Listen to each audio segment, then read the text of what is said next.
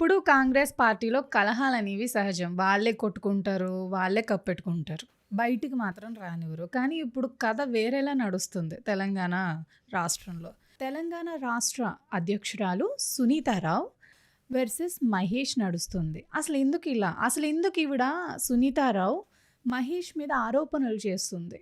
నువ్వేమనుకుంటున్నావు అసలు దీని గురించి?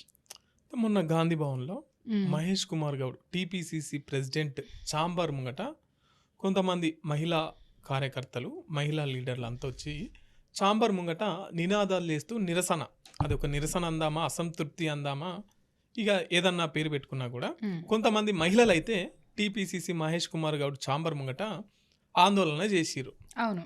ఒక్కసారి అసలు ఈ కాంగ్రెస్ పార్టీ మహిళల మీద ఎటువంటి అభిప్రాయం ఉంది, ఎటువంటి ఉద్దేశం ఉంది అనేది కొంచెం లోతుకెళ్ళి మాట్లాడుకుందాం. తెలంగాణ రాష్ట్రంలో మహిళలు మొత్తం 1,40,00,000 మంది ఉన్నారు.